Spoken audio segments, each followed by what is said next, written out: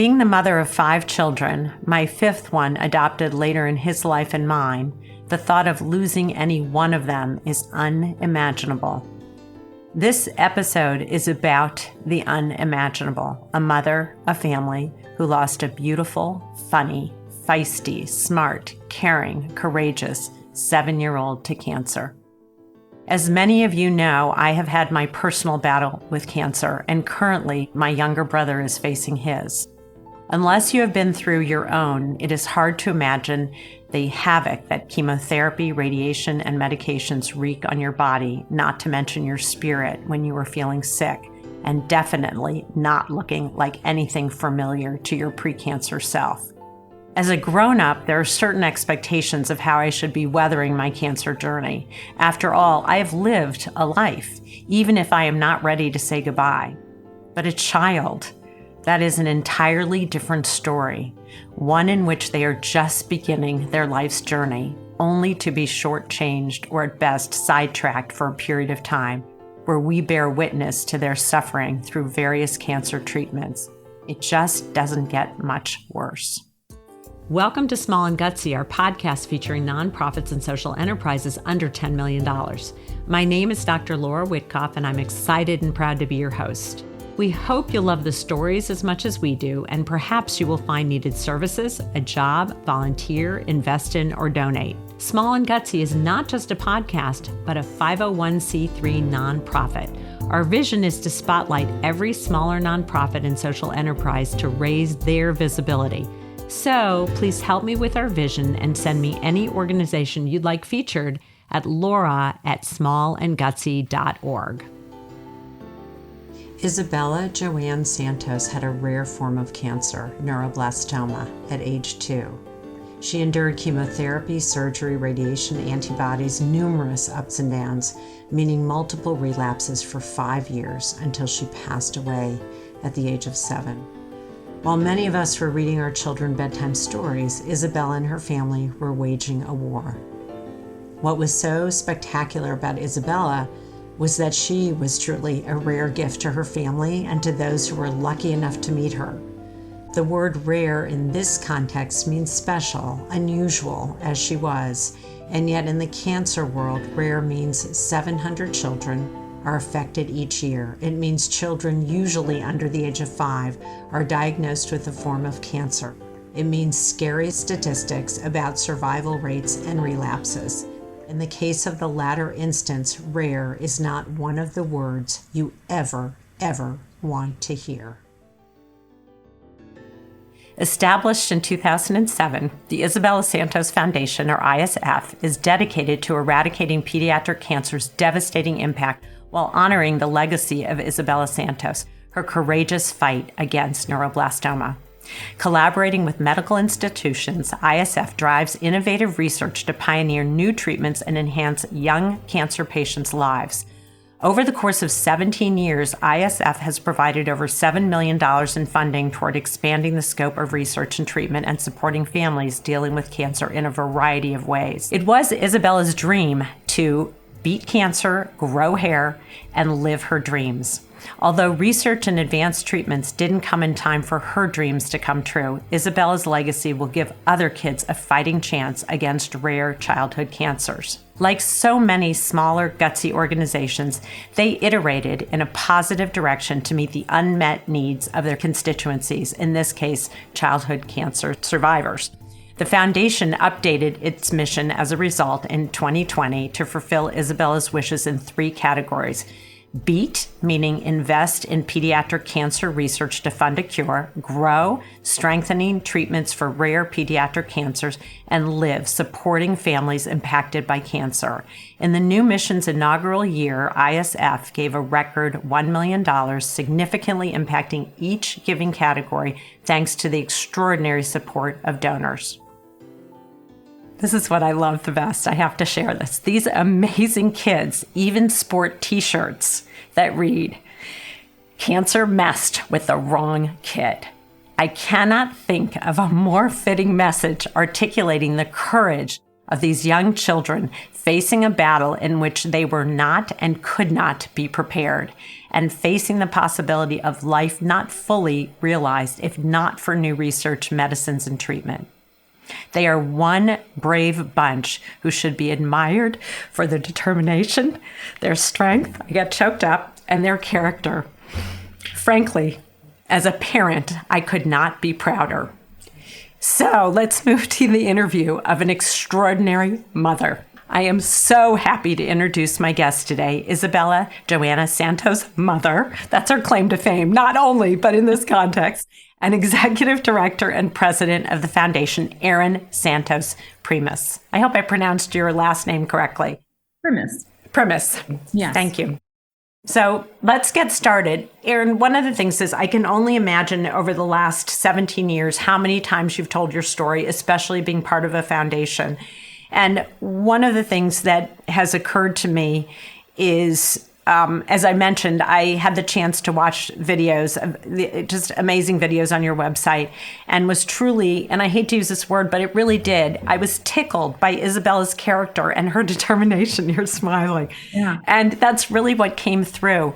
So I'd love to share what you'd like to share as we get to know the work that you have dedicated your life to doing on behalf of so many others who may have a chance because of Isabella and you, frankly. Isabella was my first child. I was so excited to find out I was having a little girl. And her life was pretty normal for a long period of time. Well, not very, very long, obviously, and around the age of 2, she started to complain of back pain and stomach pain. And we kept taking her to the doctor and the pediatrician, and they're like, oh, she's constipated. She has a bladder infection. And they kept sending us home. Unfortunately, at the age of 2, they can't really tell you what's going on.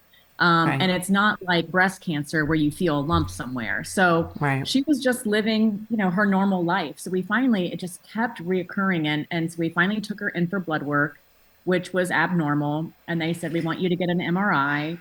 And we got an MRI. And then the next thing we knew, they took us in a tiny room and told us that she had a stage 4 tumor in her stomach. That she had stage 4 neuroblastoma. It had already traveled to her bone marrow as well. And the survivor rate was 40%. So, and 0 if they relapse. So we had never heard the word neuroblastoma before. I think everybody thinks of St. Jude's and they think of, these little bald children that have leukemia, but I wasn't even aware. I'm trying to think of how old I was at that time. I guess I had just turned 30. I didn't even know that there were other types of cancer besides leukemia. I never heard the word neuroblastoma. And of course, now I'm engulfed in this, horrible world of all these rare cancers that people really have never heard of. And it's just because of that. It's because they're so rare, 700 kids a year. A lot of times you may never know anyone in your life with neuroblastoma. So we started down the treatment path here in Charlotte and just weren't really excited about what our home institution was offering at the time. We started, you have to think back, this was back in 2007. So there was no Instagram. Yeah. Right. I'm trying to think if there was even Facebook. It was maybe MySpace at the time, but we were just Googling really on the World Wide Web and finding survivor stories for neuroblastoma. And a lot of them were coming out of Sloan Kettering in Manhattan. So we went up there for a second opinion and found out that they were doing things completely different. They were developing drugs there and making them there in the hospital because the issue we have with rare cancers is that there's not enough kids to make these drugs. So all of the drugs that our kids are getting are things that are passed down from adult cancer, stuff they've been using for 70 years, because you need a supply of children to be able to test these on that we just don't have available to us. So Sloan Kettering did things differently where they were doing things, taking certain things out of the treatment plan that they didn't feel like were effective, that were very harmful to children, which we were on board with. They were developing a drug there that they were seeing a huge amount of success with called 3F8 at the time. The problem was this 3F8 drug that we decided to put her on, they say was like watching your child be set on fire. So it attacks to the nerves of the child. And it only lasts for 45 minutes, but it is a grueling, screaming, awful 45 minutes. Luckily, they give the children enough drugs so to where they don't remember and they walk back in the next day and get it all over again. But just the horror that the parents have to go through to see their 2 or 3-year-old child receive this was just something that's I'll never forget. So we transferred her treatment up to Sloan Kettering, went through the process, and within 9 months she was clean. We released all these beautiful balloons. I had another baby. We thought we were behind this. And then within 3 months she had relapsed, and she relapsed in the brain. So we were thrown back into it. We actually moved our family to New York. We got an apartment. My mom moved in with us. We were living in like 800 square feet. It was insane. And we were going back and forth every day. She was getting treatments directly into her CNS system. It was really incredible to see what we were putting her through. But also what you all were going through. I mean, you were, this was a family, and you were just doing everything you possibly could. And I can't even imagine the feeling of you think you're behind it, and then all of a sudden it's back again.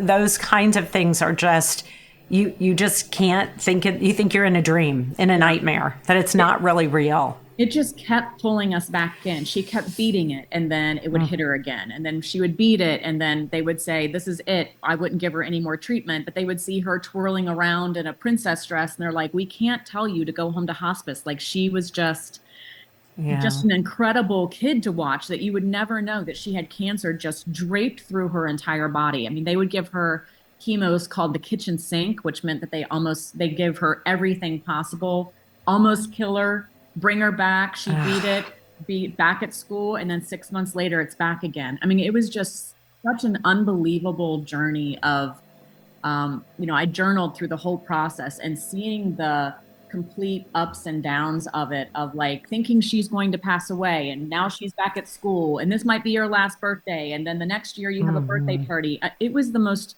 unbelievable journey I've ever been on. To add to that, the thing about Isabella was that she made so many friends in the cancer space, these doctors and nurses were her best friends, because that's all she was around, or these other kids that she knew that were going through things that she would meet in the playrooms.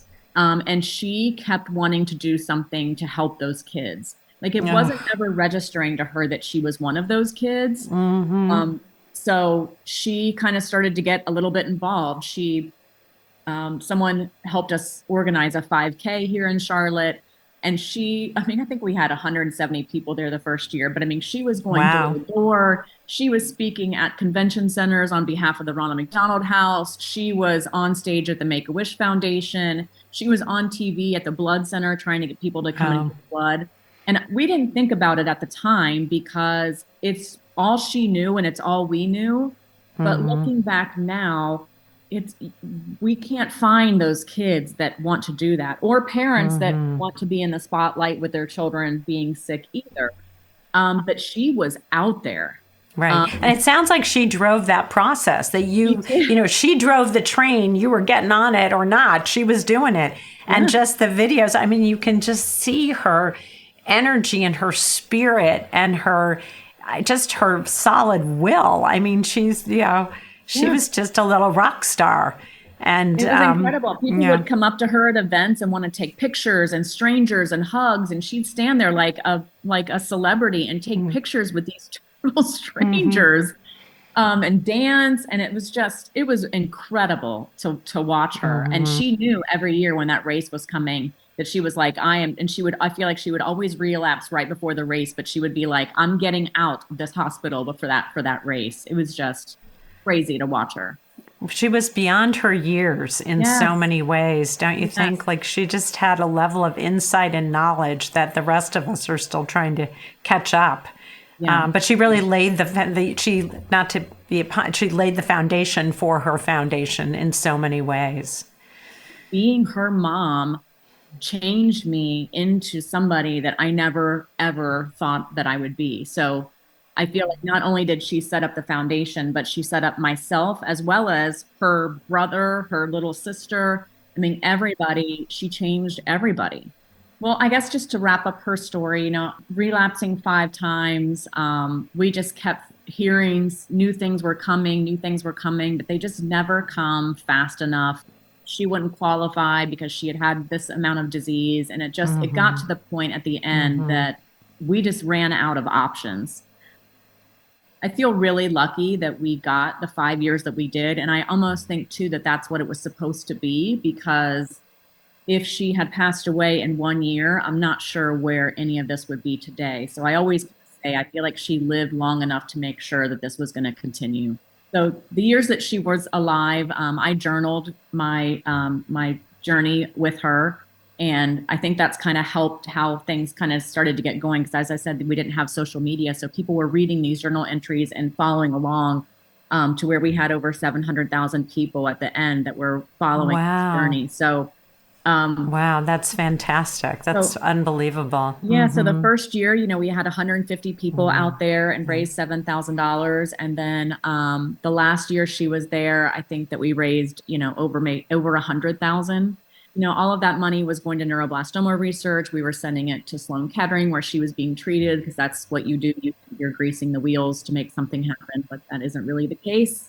And then after she passed away, I decided to go back to what I did before, which I was in computers, and tried to go back to work and tried to keep the foundation kind of going on the side, but it was growing and growing and growing. So after a year, I decided to quit my job and do this full time. And then it just kind of started to take off, where we were raising 200, 300, 500, 700, and it just kept going. And I think the reason it did so well was because I was grieving through this whole thing. I mean, we were doing events, we did a race 3 months after her funeral, which I just can't even believe that I stood out there and, hugged everybody. And, all these people felt like they knew me and they were strangers to me, and people dropping stuff off on our front doorstep. And it was just, I used this foundation to help me continue to talk about her. And it took me a number of years to get myself together, to be honest. Yeah. Well, it had to. First of all, the whole trauma of living through all of the illness and watching your child go through that is one aspect, and your family, and you have other children. And then on top of that, facing sort of the unimaginable as her passing. And in part, I wondered why I didn't sort of initially let you finish that story. And I think because in looking at your website and watching the videos, there's a piece of me, and forgive me for this, that feels like she's with us. There's just, it just feels like it's not just a legacy. There's some spiritual thing that is out there. And I don't mean to make light of that or anything kind of weird. It's just a feeling I get because she had such a strong presence. Yeah. So thank you. That was beautiful, actually. Share more about the foundation. Share about Isabella's 3 wishes. They were so distinct and so clearly articulated.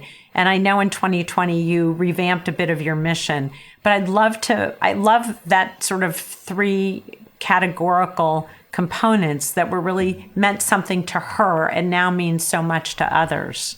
Yeah. So the reason it came about was because not only was she in a princess dress with a bald head, but she would wear T-shirts that said, "I heart my oncologist," or someone got her a shirt that said, "Beat cancer, go here, live my dreams," with check marks. Or we were like, everyone knows that you have cancer. You don't need to wear these shirts. But she just wore it, and she'd wear it with like a zebra dress, skirt. Yeah. And it was so fitting for her that it was just kind of something that we just kind of started to go with. I think the one thing with the foundation is that, I struggle with the word beat cancer because I feel like I can't put that pressure on ISF to come up with the new drug that's going to cure neuroblastoma, right? Like that's going to be millions and billions of dollars, and I may not even see that in my lifetime. But I think that there's a way that we could still beat cancer in another way, bringing doctors here to Charlotte that people may not have access to, that and that doctor may help them beat cancer. It may not be a new drug, but it may be a person that helps them beat cancer, or a treatment that's out there that we can test to see, does that really work? And if it doesn't, then let's stop doing it, because that makes kids lose their hearing. And that's kind of grow hair of kind of like, how can we make things better? And then the Live My Dreams, I just think that so many people were so great to our family during the process of it. Of course, there's so many organizations out there that do great things with food and gas cards, and we try not to get into that space as much because there's a lot of places that do that really well. But there were a lot of people that gave her days where she completely forgot that she had cancer. Ah, it's beautiful. Our local Carolina Panthers, the Top Cats are our cheerleaders, and they made her a Top Cat for a day. And I mean, they just showered her with everything you could possibly imagine. And that didn't really cost them anything. But I'll tell you what, for her, it was one of the best days of her life. So we try to think of ways that we can do things for kids that make them forget about the fact that they have cancer for a minute. And also their siblings. My children were taken under. We always said, don't you dare drop off a care package for Isabella and not have something for Grant there, because we cannot have this his entire life to think that he is less than. So we definitely try to take in the entire family, do things for the siblings, whether that be like take them to like have them have an art class for a day. A lot of these kids, they lose out on playing soccer and ballet and all this stuff. So if they can't be around other people, then we will close down an entire art studio and let them come in there and paint and draw and have a day and bring their siblings in. And it's just about forgetting cancer for a minute. Even if we can do it for just a day. That beat, grow, live is still something that we stick with because that's still her. So no matter what we look like in 10 years, there will still be an aspect of beat, cancer, grow hair, live my dreams. When you transitioned to take over and thought, I'm going to quit my job, I'm going to do this full time, you had to have made a decision that you will be immersed in this and continue to be. Can you share a little bit about what that might have been like for you? Because then you are living this experience every day. And I don't know what that's like. Yeah, it's funny. I think about that a lot now because I think about, I'm 47 years old. How long do I want to do this? And when people call me and say, my child has this, I'm thinking about starting a foundation, I specifically say to them, please research and see if somebody is out there doing what it is that you want to do and be a part of that. Because for the rest of my life, I am going to be known as this. And of course, if I would go back over again, of course, I would still do it.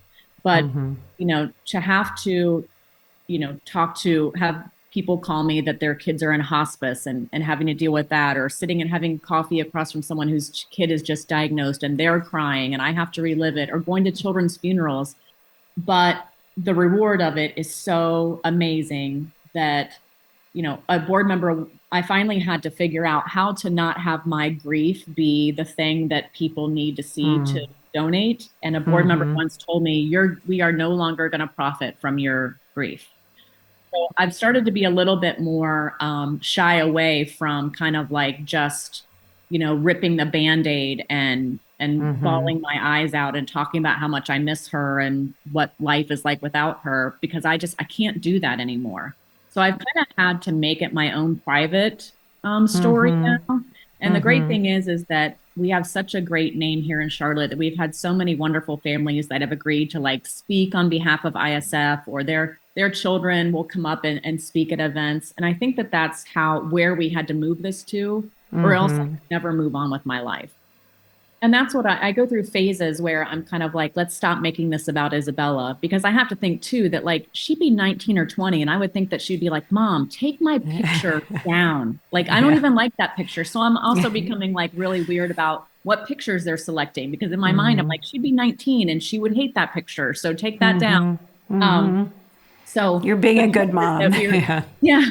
So I'm trying to protect her now, but but the hope is that people will see us and our success and think, because we made a lot of mistakes in the beginning of like where to give money or how to fundraise or different things like that, that my hope is that other families see what we're doing and think, you know what, they've got it figured out now. So I'm going to raise money and donate it to them because they have figured out the best use of of those funds. Because I think a lot of times hospital systems are like, yes, give us money, give us money, give us money. And a lot of times it maybe goes into an unrestricted general bucket where they can use it on whatever they want. Whereas I'm like, no, don't do that. Give it to us because we have specific, more contracts in place to where this has to go towards osteosarcoma research. And I want to know what it's going towards, or if I want, and they have to report back to us. And a lot of those things you have to put in place to make sure that the funds are utilized in the way that you want them to. Right. So It's the a hope great is that point. not only do our donors feel good when they donate to us, because I'm a stickler about where the money goes, but the other families that are, raising money that might have a rare pediatric cancer know that we have a track record of doing the right things with the money. It shows clearly your responsibility, your integrity. The other thought I had, because I'm a consultant as a piece of my other part of my life, I wonder if it would be interesting for you, and I don't know if you've thought of this. I didn't see it on the website, but I don't know if any of these families are able to raise a significant amount of money that can fit into one of your buckets, and that they could name a particular piece of that bucket, some after their child.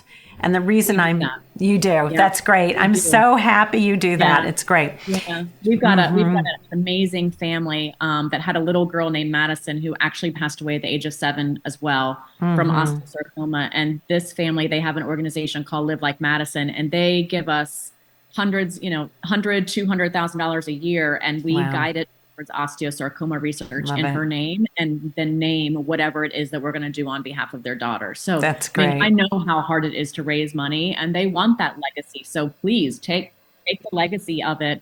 Let us help you guide where it should go. But splash whatever you want all over it, because your daughter is worth it just as much as mine. For a long time, we just raised money for neuroblastoma research. But then when you start meeting these families that have these other rare cancers, no cancer is worse than another when you're in the rare space. So that's why we decided to pick up all other rare cancers. And a lot of times, some of these trials, they can do them for osteosarcoma and neuroblastoma. So I'm like, let's start banding together. Oh, I like that. Working down these individual silos. And I know it's hard for parents, especially if you lose a child to a certain cancer, to think about funding a cancer that wasn't what they passed away from. That's an excellent point, because medically speaking, there are ways in which some of the treatments are going to cross over. And so therefore everybody benefits. And so you don't think about that when you're in the midst of it, but it's a great point that you make. Are there any other aspects of the foundation that you want to share in terms of programmatically?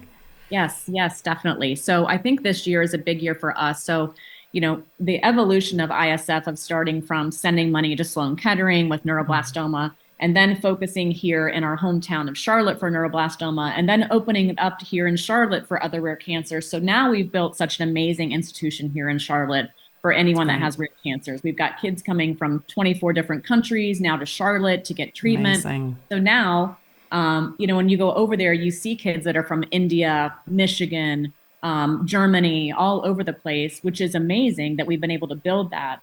The problem with rare cancers and rare cancer families is that if you're in Charleston and you know that you could get a better treatment in Charlotte, sometimes it's still hard to do that trek to Charlotte. And then they'll want to stay because of their family, their school, their church. So this year we've decided to start funding all of the cancer institutions for children in North and South Carolina. Wow. So starting May 1st, we're going to be sending out RFPs to all 10 hospital systems and say, what is it that you need to make serving children with rare cancer better at your institution, and let ISF help that. So our donors here in Charlotte are so great that of course they want some of the money to stay here and help local children, but the donors that support ISF, they don't care if they're helping a kid in Charleston, Raleigh, Asheville, Columbia, they don't care. So I think for us, we're starting to spread our wings and now saying, okay, let's take on 10 institutions and see if we can take them from, a 3 to a 6, and then a 6 to a 7, and really kind of grow the care in the Carolinas so that everybody has a chance of survival here and doesn't have to leave their home hospital to go get something to survive. And then hopefully, in 3 to 5 years, if I'm still doing this, of course, to continue to expand past that. But for me, I don't care where the best neuroblastoma idea is for osteosarcoma. It's in Columbus, Ohio. I'm like, let's do it. And I think that's what we need to start doing. I feel good that we have our local hospital to be where it is. But now there's only so much money you can give one institution. You have to kind of start thinking about like somebody that's 2 hours from here that won't drive here. How can we help that kid?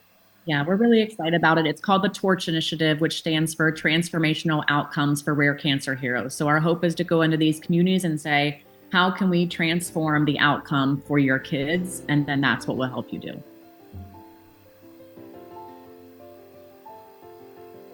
So toward the end of the podcast, we always have a round of quick and gutsy questions. They're fun. You don't, yeah. Oh no, the panic sets in. I can see it. No, they're fun. You can pass. You don't have to give a response, but they're organic, and we always get pearls that come out during this time. So are you ready for the quick and gutsies?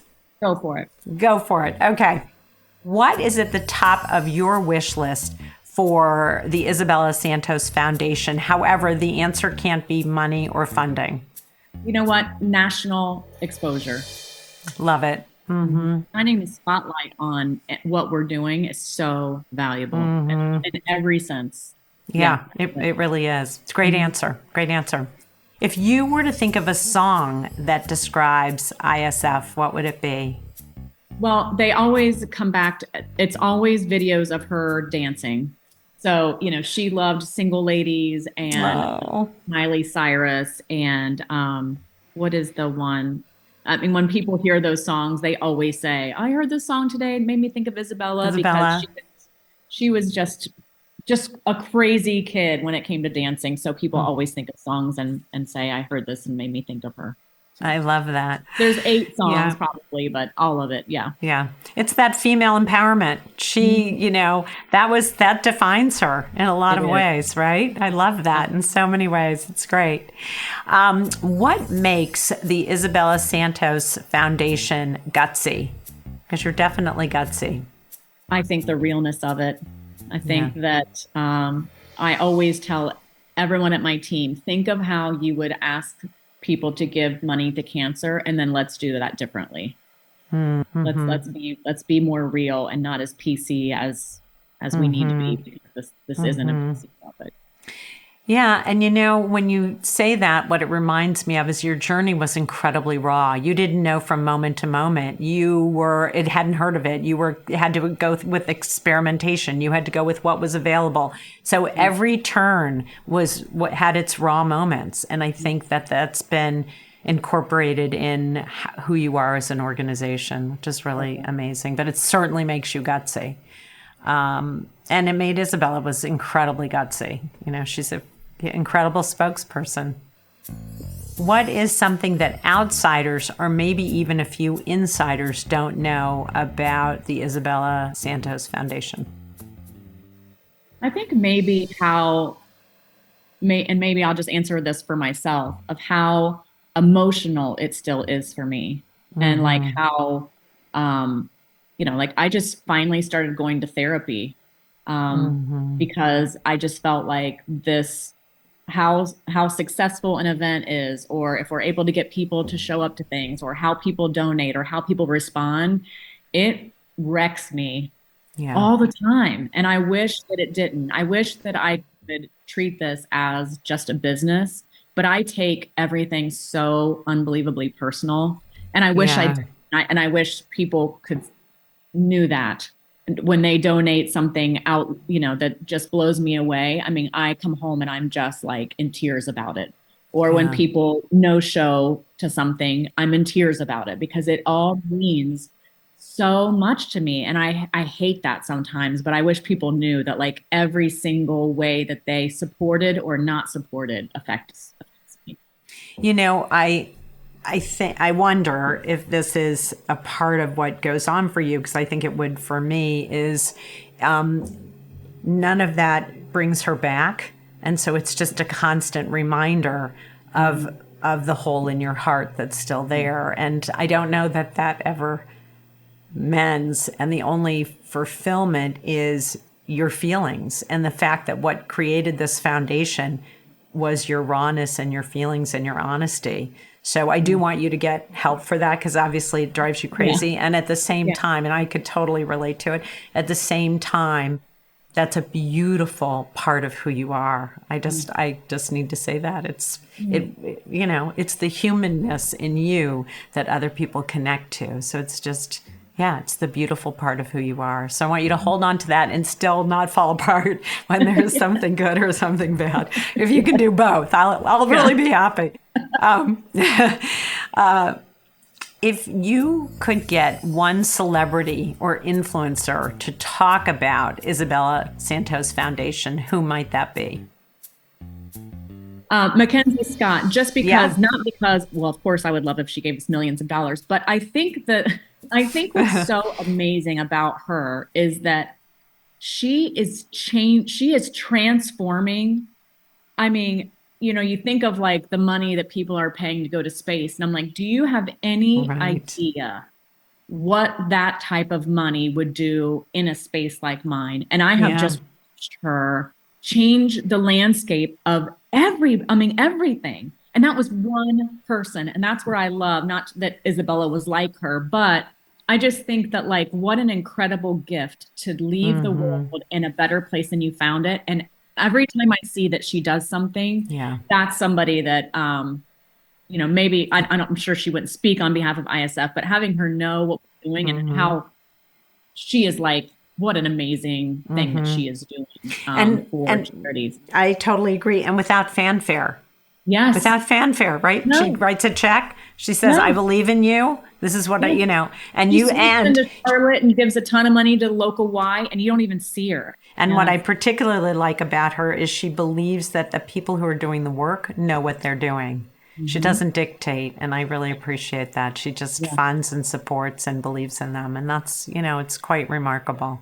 Yeah. So, I love that. That's great.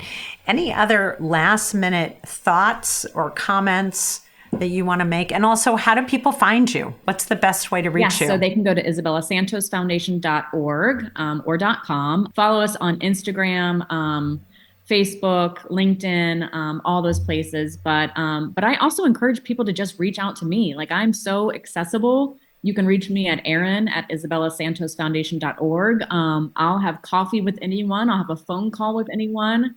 I love having people say, I heard you on this thing and I just wanted to sit and have lunch with you. I'm like, let's do it. So I'm open to meeting anybody that if they feel like what we're doing, it speaks to them.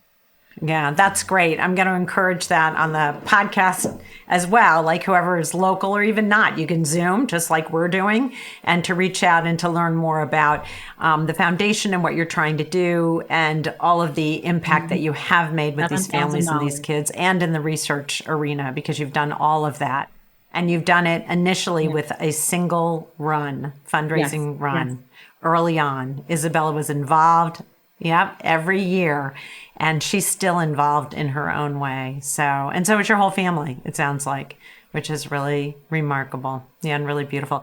I just want to take a moment and thank you. It was hard for me to get through my opening, but I watched a lot of the videos and read the materials, and I was so deeply moved by what came through is really Isabella's charm and wittiness and character and determination, all the things that I said in the beginning. And I put myself in your shoes as much as I could. And I thought, this is unimaginable to me. All of the stuff that you went through in order to really try to figure out how can you help your child. And all of us would do that. And so I just want to thank you for sharing, for being raw. And I love that because I am too. And we're human. And so my wish is that everyone who listens to this reaches out to you, and I hope you realize how proud every mother should be of what you have created. Thank you. Well, I want to thank you for having me on, and also for what you do. Giving a platform to nonprofits is, it's unbelievable that you do that. So thank you so much for that. It's my pleasure. It's really a gift to me. The conversation today is truly a gift to me, to know that there are people out there who have done this year after year after year and are dedicated and believe in what you're doing and have to relive this, which we talked about, which is not easy. I just think it's incredible. And so thank you. Thank you. Please go to smallandgutsy.org to check out all of our episodes. And if you are so inclined, please purchase some small and gutsy merchandise, consider sponsoring an episode, or making a donation. Both are tax deductible to help keep us going and spotlighting these great organizations. The opinions and viewpoints expressed by our guests are independent and do not reflect the position or views of Small and Gutsy. Of course, we can't take responsibility outside of our own vetting of the organizations we interview, so before you sign on to support or work for them, we encourage you to do your own due diligence and research them as well. I want to thank my partners in this endeavor, the Intrinsic Group, my incredible board of directors, Tracy Brown, John Gatto, Lucy Mello, Serena Rajabian, and Melissa Greitz, who believed in me in this project enough so to sign on to support this effort, and all the folks, friends, and family who have guided and inspired me.